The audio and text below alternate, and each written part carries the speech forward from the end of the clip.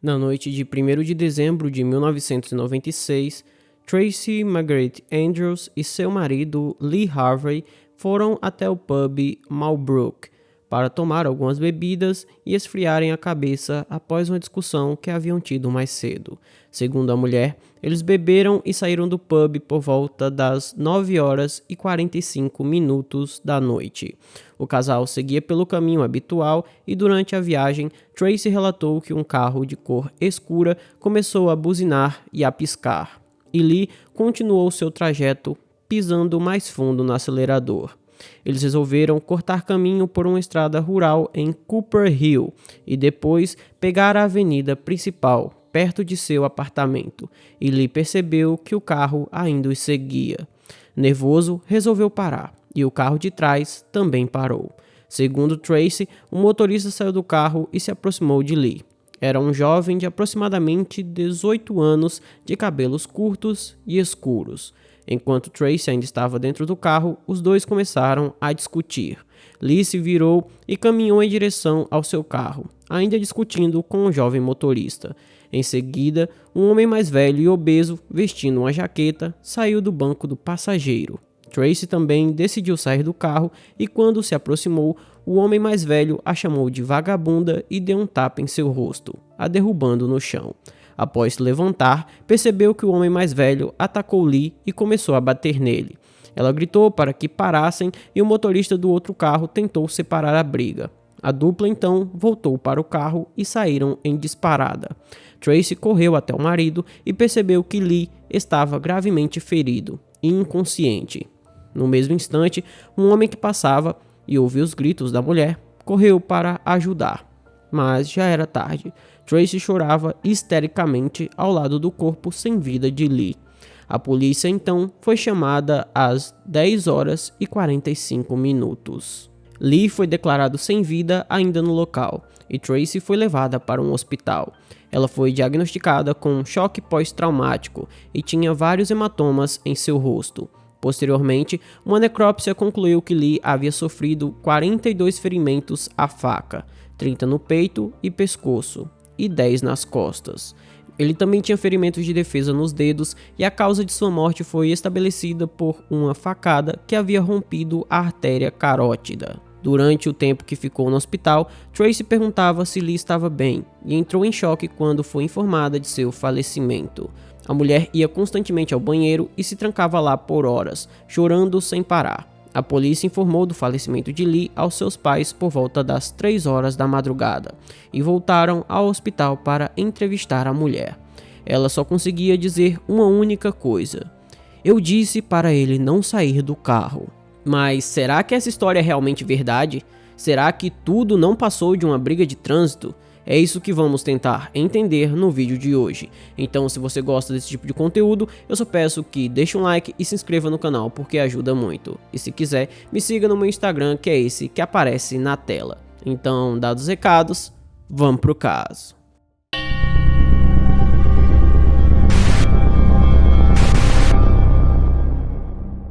Para entendermos melhor essa história, devemos entender quem é Tracy e como era sua relação com o marido. Tracy Marguerite Andrews nasceu no dia 9 de abril de 1969, na Inglaterra.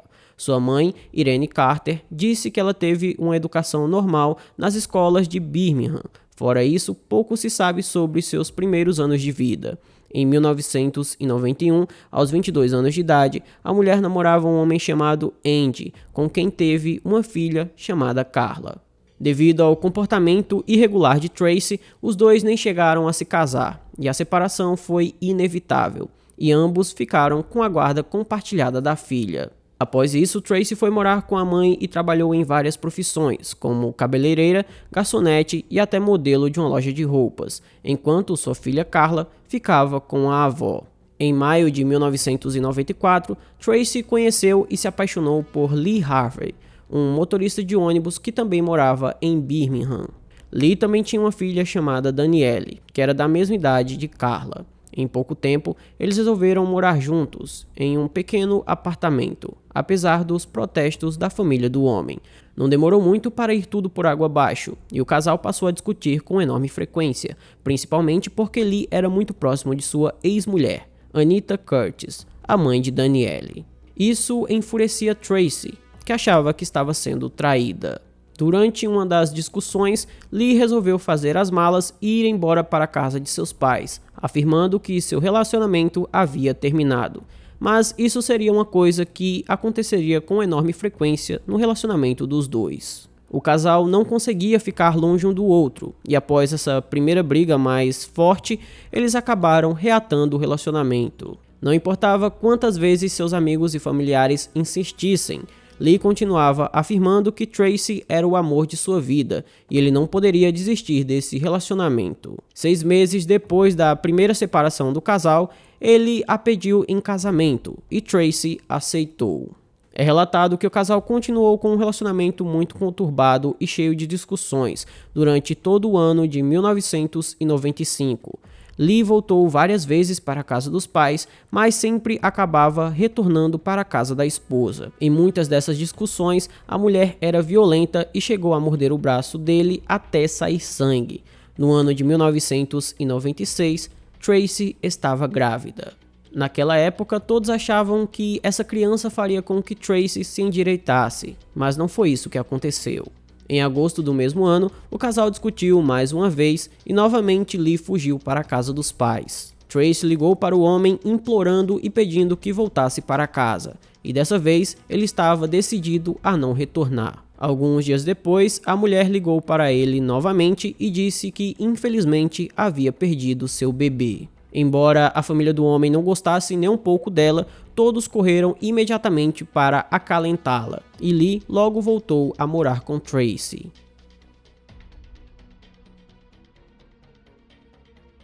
Mais tarde, em 25 de outubro do mesmo ano, Tracy disse que não havia perdido o bebê porque caiu de uma escada, mas sim porque havia sofrido um aborto espontâneo. Lee se sentiu enganado e não demorou muito para que tudo desmoronasse outra vez. Essa discussão foi novamente muito violenta, mas dessa vez foi regrada a agressão dos dois lados.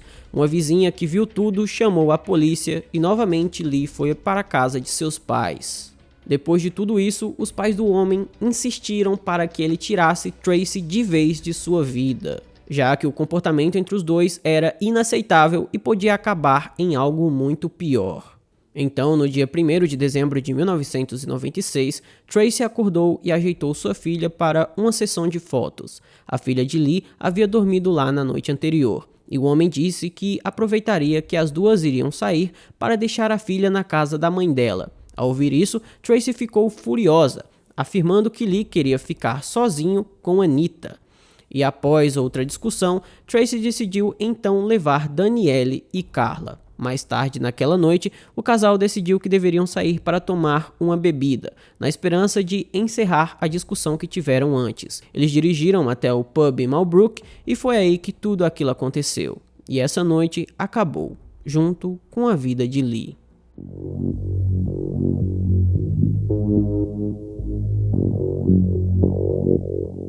Quando foi interrogada pelos investigadores, Tracy repetia a mesma frase: "Eu disse para ele não sair do carro." Mas alguns minutos depois, quando estava um pouco mais calma, conseguiu dar mais detalhes do crime.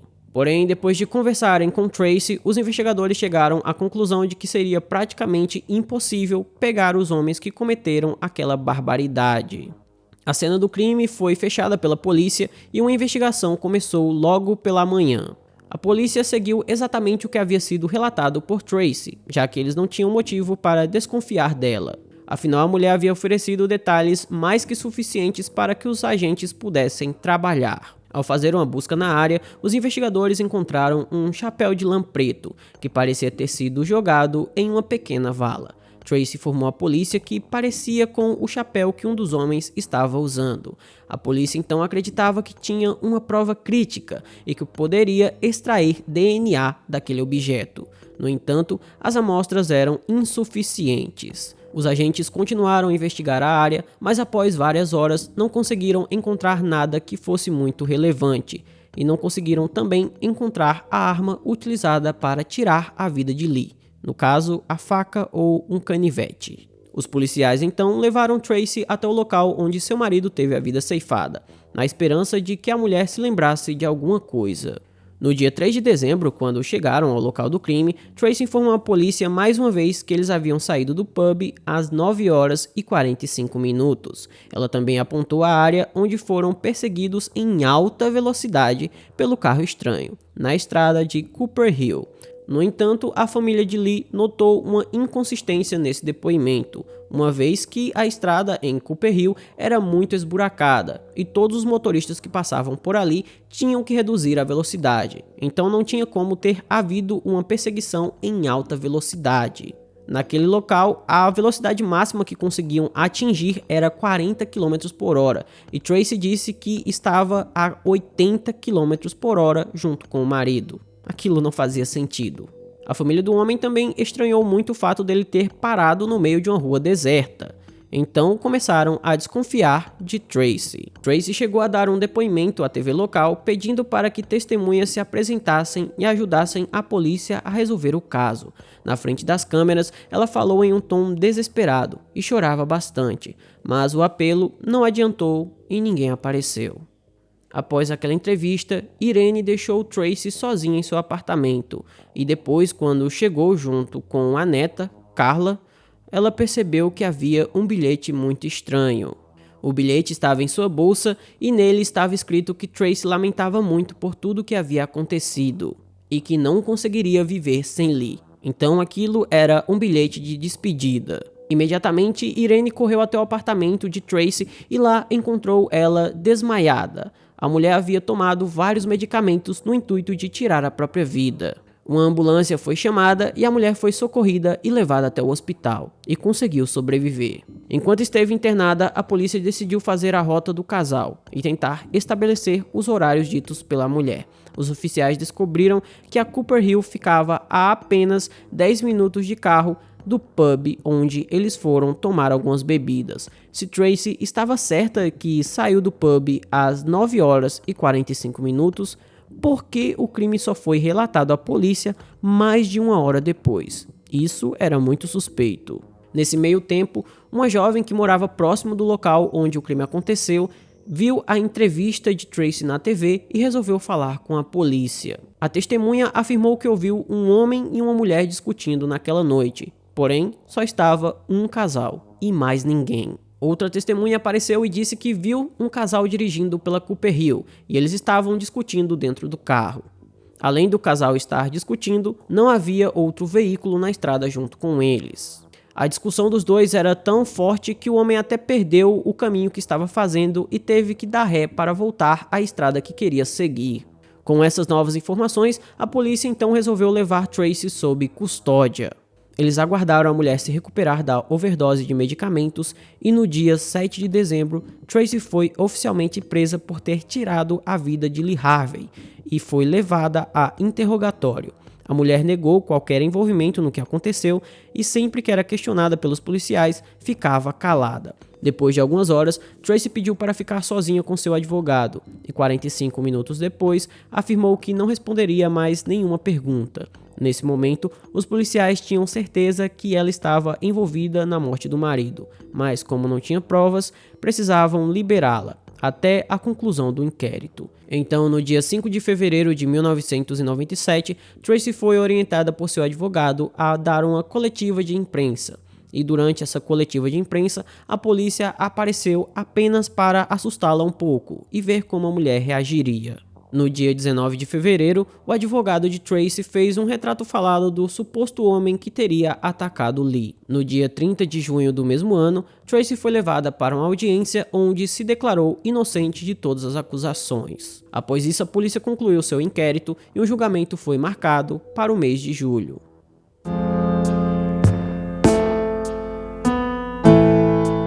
No dia 14 de julho de 1997, o julgamento começou. No dia seguinte, a polícia mostrou ao júri todas as evidências contra a mulher. Segundo o inquérito, o casal parou na Cooper Hill e começou a discutir. Tracy teria saído do carro e Lee saiu em seguida. Após uma discussão no meio da estrada, ela voltou para o carro, mas Lee não voltou. Então, ela decidiu sair mais uma vez e o esfaqueou. Um especialista forense concluiu que os respingos de sangue encontrados nas roupas de Tracy destacavam que ela estava muito próxima de Lee quando o homem foi atacado. E mais, os respingos eram consistentes como os que seriam causados no agressor. A polícia acreditava que a arma do crime seria um canivete suíço, e ao analisar as roupas da mulher, encontraram uma mancha de sangue em sua bota. Foi teorizado então que ela colocou a faca em sua bota e a levou para o hospital. Lá, jogou a arma no vaso sanitário. Por isso, a mulher ficava tanto tempo no banheiro. A investigação também concluiu o óbvio, que o casal brigava muito e que os namorados anteriores de Tracy diziam que a mulher era muito violenta e agressiva. Duas testemunhas também foram levadas ao tribunal e afirmaram que viram o casal brigando momentos antes do crime. Durante todo o julgamento, Tracy ficou quieta e continuava afirmando que não sabia ou não lembrava o que havia acontecido.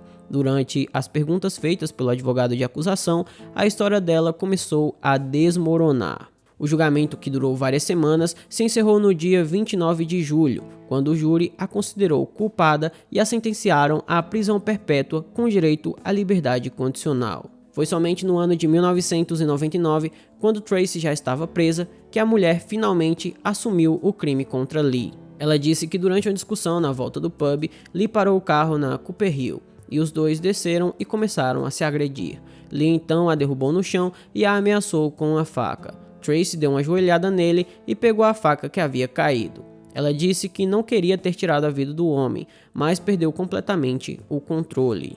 Relatórios posteriores confirmaram que a faca foi comprada por Lee quando o homem visitou a Espanha, e ele aguardava no porta-luvas. No entanto, ninguém conseguia provar se aquela história de Tracy era verdadeira ou não. 14 anos depois, em julho de 2011, após diversos recursos, Tracy foi liberada da prisão. Ela mudou de nome e de cidade, e em 2017, um repórter investigativo descobriu sua nova identidade.